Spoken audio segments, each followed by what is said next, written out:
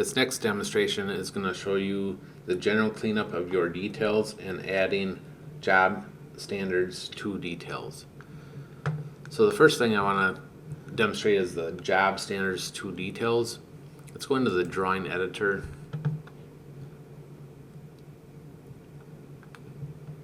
And what we're going to do is create a job standard.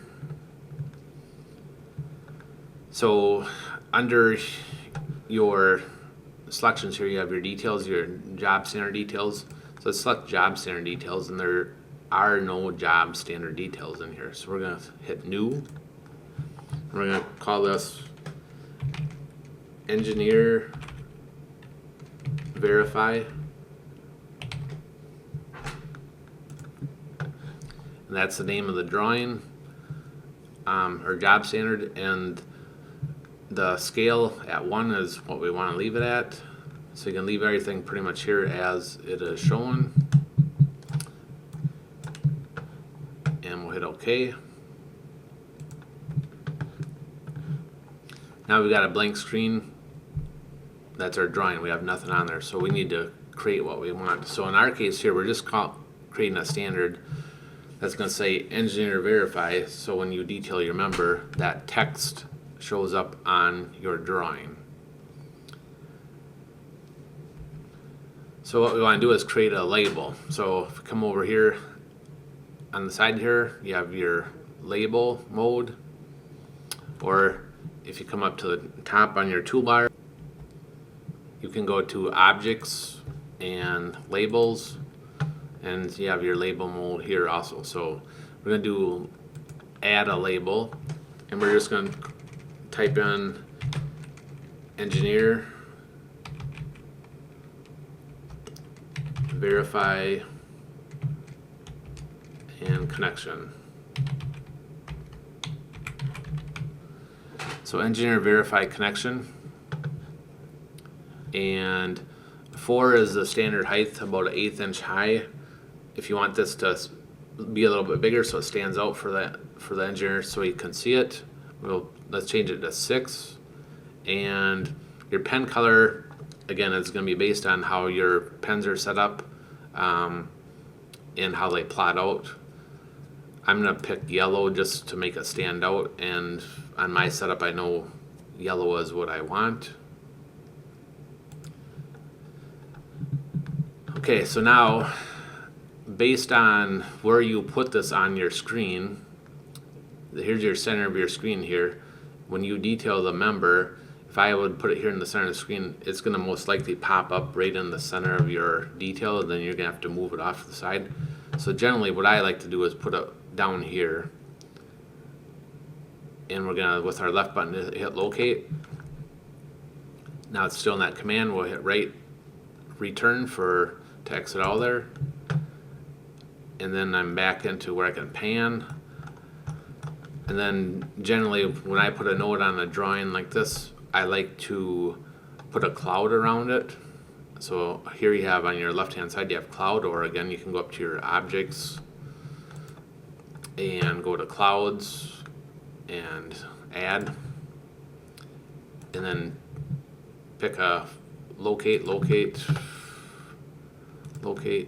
and locate, and then if that's all the points you want to pick, left button to return, and your cloud is added. So you can see the points you pick affect how your cloud is added.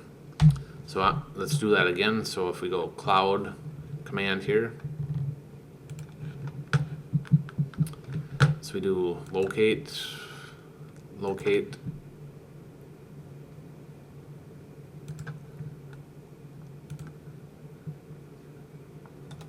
and return. I don't know why it's doing that. Let's try her one more time. So I'm saying locate there, locate there, locate there, locate there. There, did it right this time. I don't know what I did the first 2 times, but it should give you a cloud around your label. And again, here if you want that yellow, locate it color yellow, and go to save. So now we got a label called Engineer Verify. Now to show what this does, we'll go into our drawing editor.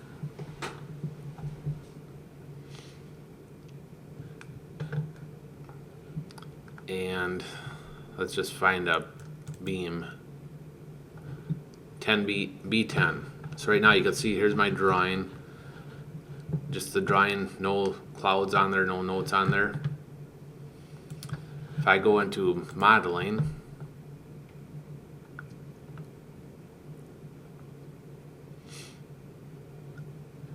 go into isometric. If I go on my member tree over here and find B10 and B10, it's highlighted on my screen here where B10 is. So let's double click. You can double click on that model tree and it brings up B10. And if you remember on your, when we put in our beams and stuff, as we're coming down here, there's a standard detail right here. Now if I select the file cabinet, there's something in there. Engineer Verify, hit OK, and OK. And now if I go exit out of here and go back to drawing edit or detail members, B10 is highlighted because I changed something in the model. So that one's got to be redetailed. Since it's the second time, if I added stuff I could, here's where I could use that save, preserve existing annotations for user created, but I haven't done anything. So I'll leave that as it is. Go back into drawing editor.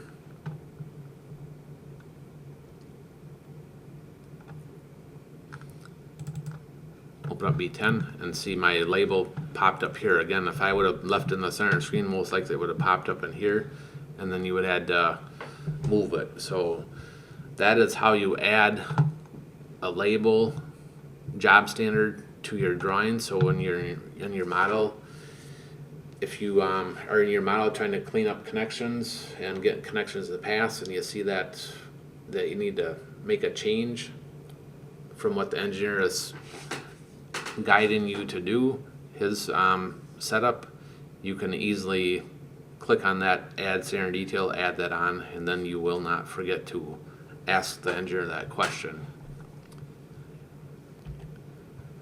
Next we'll go into the general cleanup of members. So sticking with our beam we have here, first thing I'm going to do is unshorten it as previously discussed. And now with my middle button I can scroll in and out. My middle button pushing down I can pan. Here we have our beam. Now let's just say it's your preference that you don't want these holes dimensioned through the other holes. We could change that in setup, or to quickly show you how to add dimensions. You have your dimension add icon over here, or again up under objects you have more dimensions up here, different options. Let's do dimension add. Now your button bindings is saying locate, your status line is saying dimension points 1. So point 1 I'm going to hit left button to locate, point 2 locate, point 3 locate, and if that's all the points I want, now I hit my left button to return, and then your button bindings is saying axial, horizontal, vertical. So I want a vertical dimension, so I'm going to pick that. Then it's saying locate dimension line. I'm going to pick over here, and it adds some dimensions on. So if you didn't want these on there, you can select it and hit delete and go back in and dimension them holes and pick a point, and there are them dimensions on there. If you want them dimensions to line up, you can just grab on the dimension line itself, grab on it, and it'll move. Them two are linked together. And as you get close to that one there, it should link them back together.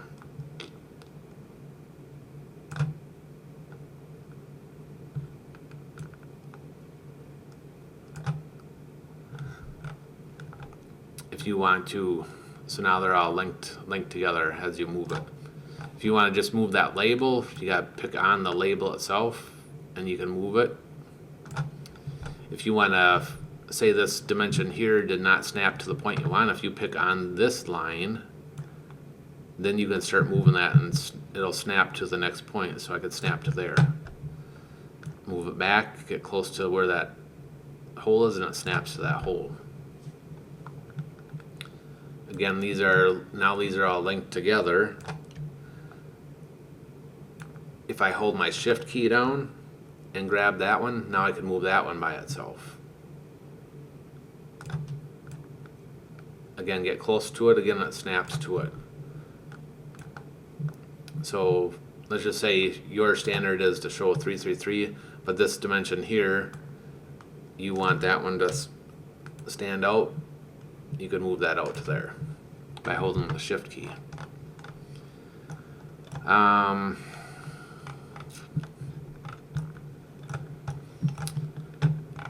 Dimensions to holes. This dimension here, I'm going to delete it and show you how to add it back in. Same. So for running dimensions, to add a running dimension, you go to dimension add, and again it's asking you for the first point. I'm going to pick there, and for the second point I am not going to pick a point. I'm just going to hit my left button to return. Now it's asking me locate extension dimension line. I'm going to pick a free point here, and there it is. That dimension comes in as a running dimension then. So that's how you add a running dimension to a plate or to a hole or anything you want to add a running dimension to. Everything on here, if you double click on it, very useful. You don't have to select what you are trying to edit. If it's a dimension line or a label, you just double click on it, it brings up the edit screen for that. So here, that weld, if I want to edit that weld, I can change information here from the size to the text. All this information comes from the model, so it's highly recommended that you make changes in the model. That way, when you detail a member, it is correct. If you make a change here to this weld here, and that member has to get redetailed later, and it redetails it, it's going to pull the information from the model again. So if you can, the best option is to change as much information as you can in the model.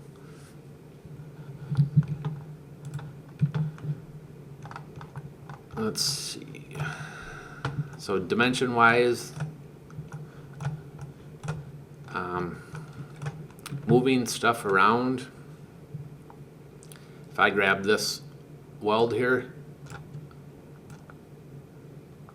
it is attached to that leader line, so you can grab and move it. If I grab on just the leader line, it's just going to move that leader line. So I move it up here. Okay, I didn't want it there. Now in the drawing editor, there is an undo. You can see up on the top of your screen, undo, redo. So undo moves it back. If I want to move both leads at the same time, I put a crossing window. I can grab both of them and move them both. Say I want to move it to here.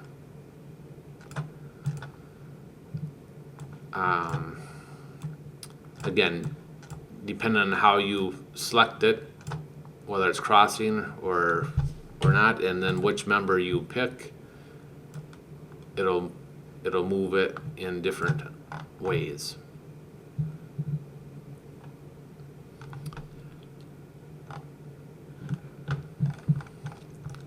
So if you want to move this hold icon off to the side, can grab it like that. Grab on the symbol itself. If you want to move this end of this pointer here, if I just grab there at the end of the pointer, it's going to only move that end of that pointer. So maybe I want that up to there. But if I grab anywhere like towards the middle of that pointer, it's moving the whole pointer. If I try grabbing here at this end here, it's just going to move that end. So it's based on where you're selecting. And again, in general, your welds, if you grab on the weld itself, it's going to move the pointer with it. Or let's just say stretch the pointer, leave the other end of the pointer where it's at.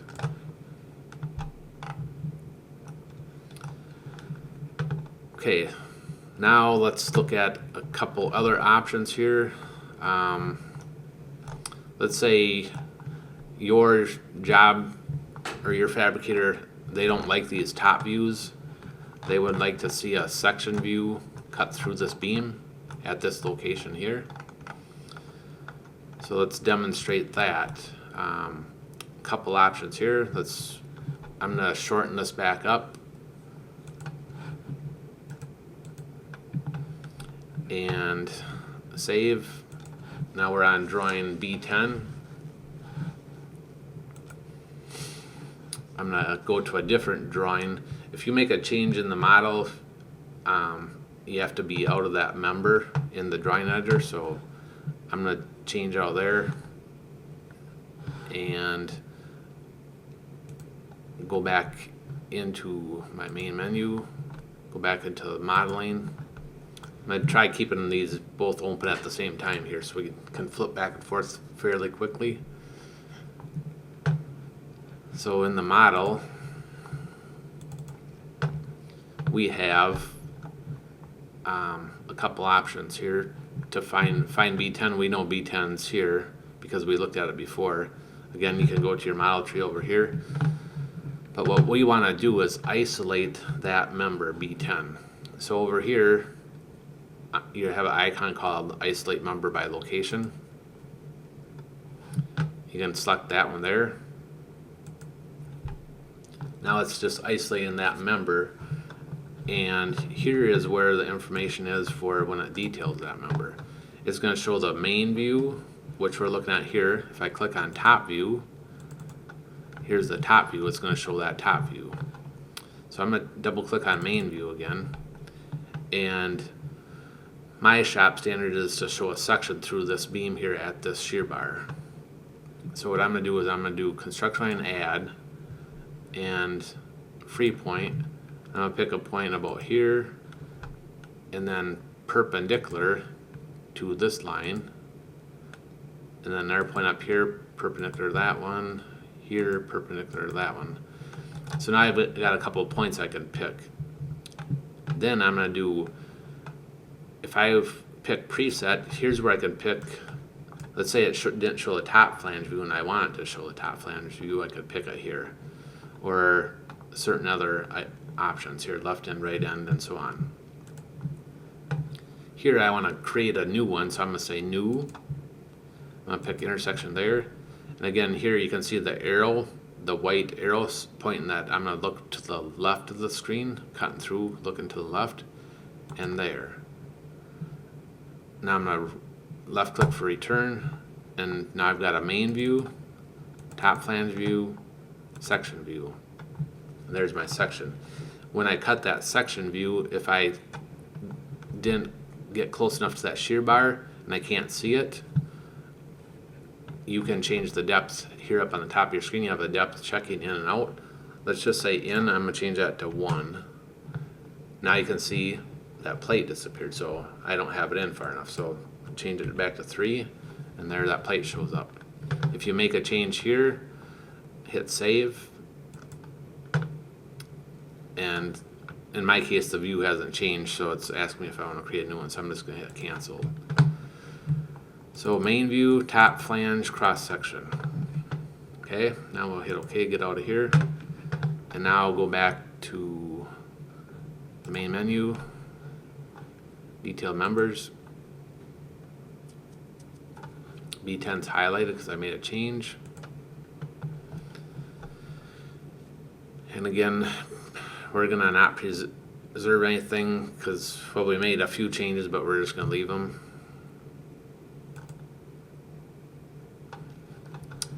Go back to there, go back to B10, and now you can see over here, here's my section view that I added on.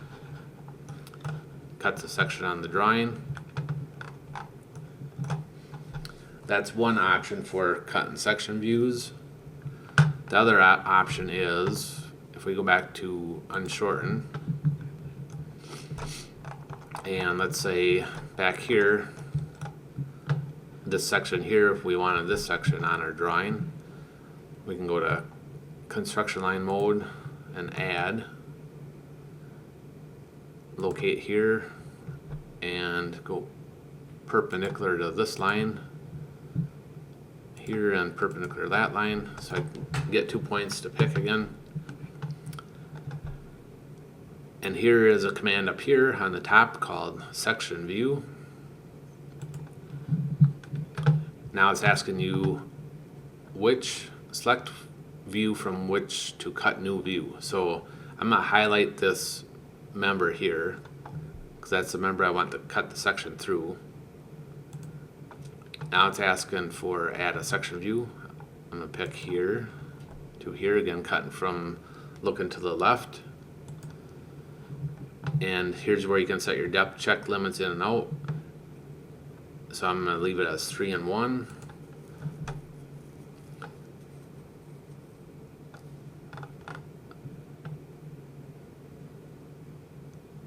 Now my computer has to catch up here. Okay, so now here's my new view, and I can it's asking me to place it where I want it. So I'm just going to pick a point over here, and you can see it knows I have section AA. It's calling this section BB. From my over here, add section BB. Now I'm still in that command, so that's why it's asking for a point again. I'm going to right click to return out of there, and right click again to get out of there. Okay, so now I have my pan buttons active. I can pan, and I'm going to shorten the drawing. So I have section A and section B. So section A we created in the model and had it detail it, and it pulled it into the drawing editor. Section B we created in the drawing editor. Now we're going to go back to the model.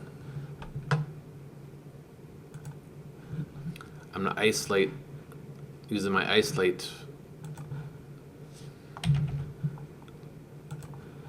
I'm going to isolate this member again here.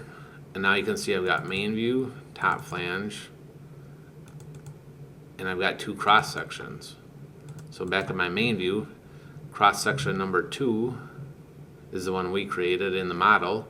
Cross section number 3 over here is the one we created in the drawing editor. So anything you create in the drawing editor as far as a section, it pulls it back into the model. So the next time you detail that member, that section will be on there. So if you create one in the drawing editor and you do not want to recreate that the next time you detail it, you have to come back in the model here and omit that view. Okay, so that's how to do some general cleanup of your details, and how to add job standard details, how to cut section views. So now let's go back to the drawing editor and go back to open. I'm going to save changes. Yes, this drawing complete detail, drawing complete date, and detail frozen date, we're not going to cover in this section. That is options so you can lock, so certain things in the model do not affect your details and so on. So no one can make changes to, accidentally make changes to your details. Again, that'll be covered later. So right now we're just gonna say yes to save changes, and we're not gonna set these dates. So back to the details. The other one to cover here is submaterial. Submaterial, we'll open up one of them. Generally, the submaterial drawings are very clean, not a lot to do to them. If you want to flip through them quick, again, you have your open, previous, and next. You can just hit next and file through them. Again, generally they're pretty clean. There's not a lot to do. Here is an example of your sub-assemblies for your angles. Some fabricators want them on gather sheets, some don't. Some of them can have a few dimensions that you may want to take off or modify. Again, you can erase any dimension on there and add your own dimensions in.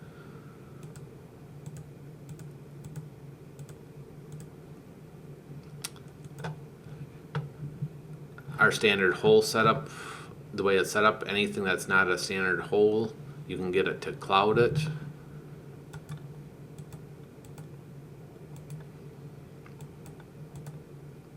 So now we're getting into some of the plates. The way the plates are set up on this job is to dimension off the center of the column. So it's throwing some extra dimensions on there. Maybe you do not want them on there. Them are more for reference, so as you're checking stuff, easy to check it to make sure it's correct. As far as your shop goes, to fabricate it, they may not want to see all them dimensions. Again, it's preferences, how you want them to show up. Gusset plates.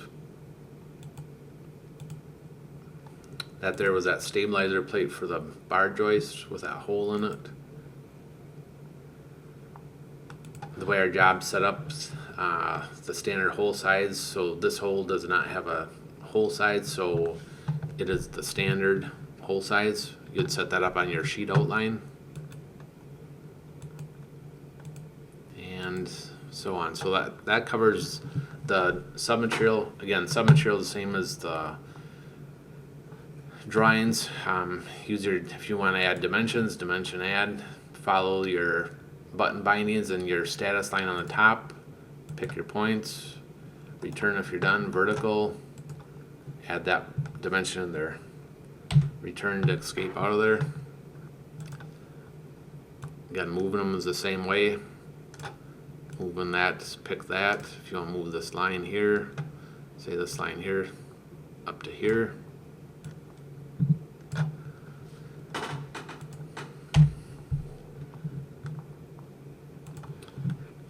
So that ends this lesson.